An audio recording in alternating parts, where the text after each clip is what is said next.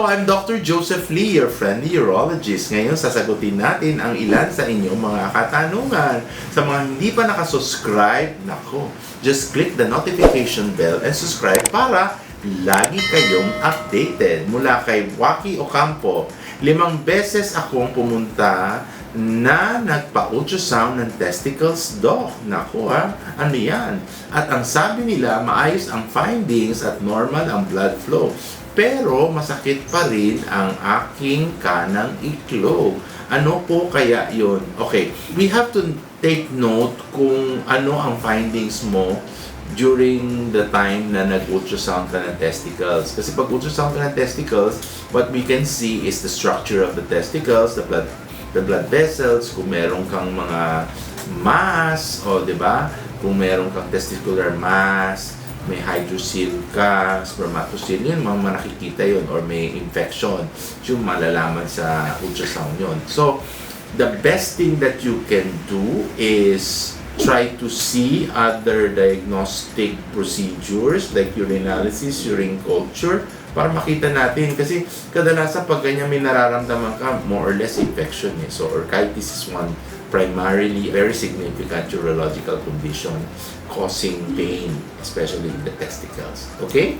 Mula kay Relan Sicano, good day po, Doc. Ask ko lang po kasi yung left side ko po na testicle medyo sumasakit. Especially pag ginagalaw or pag nagsasabon. Pero pag hindi nagagalaw, hindi naman po sumasakit. Nagmumotor po kasi ako araw-araw. Okay. One thing you have to do, Relan, again, pag may mga ganyan pa intermittent pain, testicular pain, try to do ultrasound of the testicle bilateral para makita natin, checkin natin kung may infection or what you call orchitis, or kung wala namang infection. Most common condition, especially for pain in the testicle, is varicocele, no? Because of the blood flow insufficiency. So, i-check natin yan para malaman natin kung ano ang problema ng iyong testicles. Okay? Mula kay Dolores Tumaneng, Doc, pwede po bang uminom ng Genesis Organic Spirulina ang mga may bara sa ugat ng puso at mataas ang creatinine? First and foremost, Dolores, magpapatingin muna sa internal medicine kung anong problema natin sa heart, di ba? Either cardiomegaly, or meron tayong ischemia and all those stuff yun. Tingnan natin kasi merong karampatang gamot yun, di ba?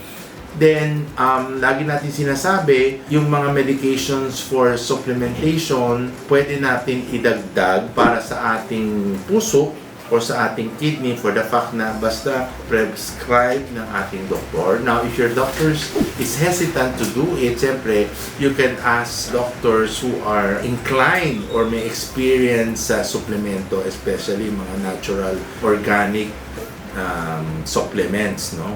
Like yung spirulina. Kasi meron naman pag-aaral yan at epektibo naman yan. So, lagi-lagi natin sinasabi, Dolores, magpapacheck at magpapatingin. Kasi only the doctors who are certified can give you the proper prescription. Hanggang dito muna, at kung meron kayong mga katanungan, post your question in the comment box below.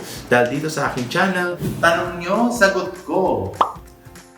Muli ako po ang inyong Twilight-friendly urologist na si Dr. Joseph Lee, saying hello, hello, but never goodbye. Thank you for watching.